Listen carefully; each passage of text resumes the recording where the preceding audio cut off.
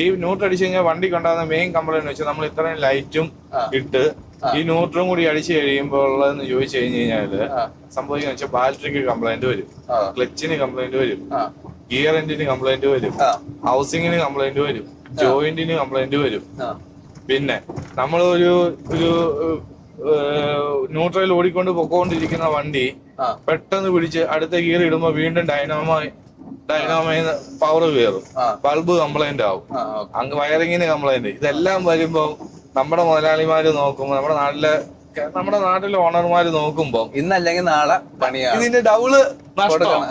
ഈ വണ്ടി ഇപ്പൊ ഗിയറിലാണ് ഓടുന്നത് എന്ന് ചോദിച്ചാൽ പട്ടത്തിന് നൂല് കെട്ടിയ പോലെ ഇപ്പൊ ഈ വണ്ടി ഓടുന്നത്.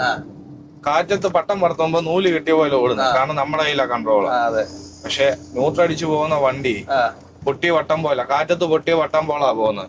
എപ്പോ വന്നു എന്ത് വേണേലും സംഭവിക്കും. നമ്മൾ ഈ സ്കൂൾ തുറക്കുന്നതിന് മുമ്പ് ഒരു 2-3 ദിവസത്തിന് മുമ്പ് കേരളത്തിലെ പ്രൈവറ്റ് ബസ്സുകൾ പറയും ഞങ്ങൾക്ക് ശമ്പളം ഞങ്ങൾ ഇത് കൂട്ടാൻ പോവാണ് പറയും. പക്ഷെ ഇന്നേ കാലമായിട്ട് ഈ ലോറി ഓണേഴ്സിന്റെ ഒരു ഗ്രൂപ്പും ശമ്പളം കൂട്ടണം അല്ലെങ്കിൽ വാടക കൂട്ടണം എന്ന് പറഞ്ഞ് സമരം ചെയ്തതായിട്ട് എനിക്ക് ഓർമ്മയില്ല, ചരിത്രമില്ല.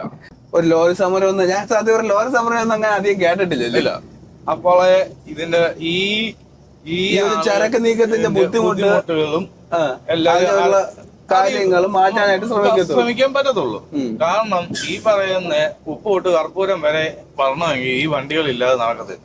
അതെ, അത് ശരിയാ. ഇതിനകത്ത് ഒറ്റക്കെട്ടായിട്ട് മുന്നോട്ട് പോകണമെന്നുണ്ടെങ്കിൽ മാറ്റം നടത്തണമെന്ന് എല്ലാരും മാറ്റം അനിവാര്യമാണ്.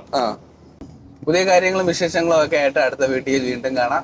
ഇന്നത്തെ യാത്ര അല്ലെങ്കിൽ ഇന്നത്തെ ഒരു വീഡിയോ ഇവിടെ അവസാനിക്കുകയാണ്. സമയം ഏകദേശം 4 മണിയോളാവുന്നു.